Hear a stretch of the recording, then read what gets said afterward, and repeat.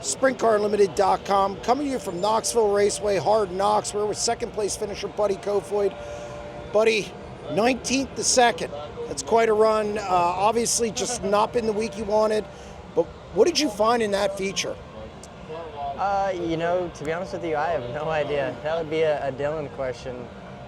He just never gave up and just kept working on it. We've just struggled this week really to stay left, and I feel like we've just been really tight, which has been kind of odd for us.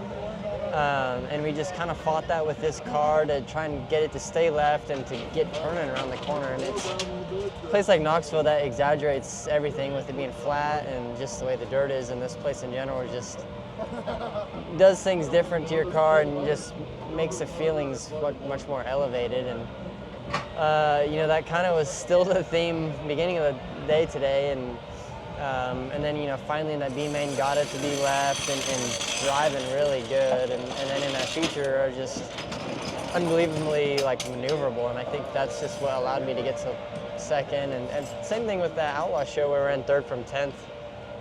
Just was able to move around and make other lines work, I think, longer, and was able to move back and forth and not really scrub speed.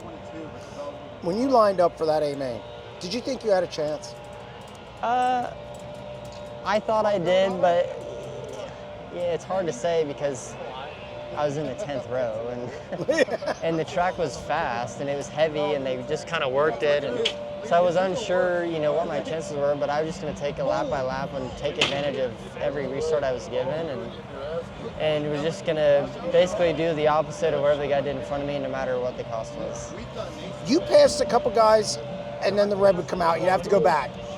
You passed Pittman 3 times tonight. Every time you passed him, the red would come out or there'd be a caution. How frustrating is that when you're trying to make a run in the biggest race of the year and you just all the cautions? Obviously they help, but then again, you had guys pass that would have been farther up. I feel like, the first handful of yellows and reds went against me, and I think I was 10th, and then, I think we had a yellow and then was back to 11th, got to 8th, had to give up 2 spots for 10th.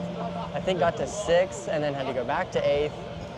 And then I think got back to 6th and finally had a yellow where I could restart 6th. And then passed 2 of them and then I think kind of gave one up and then got back and forth. And, and then I felt like, okay, they were kind of going my way. And we had that red when I was running 4th and we got that 5-6 laps in. And I was like, man, I think I'm okay. And then I was thinking, man, I need to give the bottom a try and into 1 on the restart, especially if Cole goes to the top, which he'd been doing. And then got a really good run on him and passed him, and then ran it again, and then got carry and just felt really good actually, and just decided to stay down there. And but my car just good everywhere, and like I said, the yellows and reds didn't go my way, and then I feel like they slowly kind of started to work out for me. How big was it to transfer through this event, and especially the way you did? It was big, especially with how we were this whole week, really, and I never thought we'd have a chance to be in after our prelim night, and just the speed we had, or I guess didn't have. And, even in the beginning of the night, I didn't think there was a chance just because we qualified so bad, and he raced average. And then that B-Main just turned things around and just didn't give up in the feature. Can never give up. And again, I think it showed how much you've developed as a driver, just being patient in spots, going to the bottom, maybe doing things different than you would have in the past, and again, how far you've come in a short amount of time with the World of Outlaws.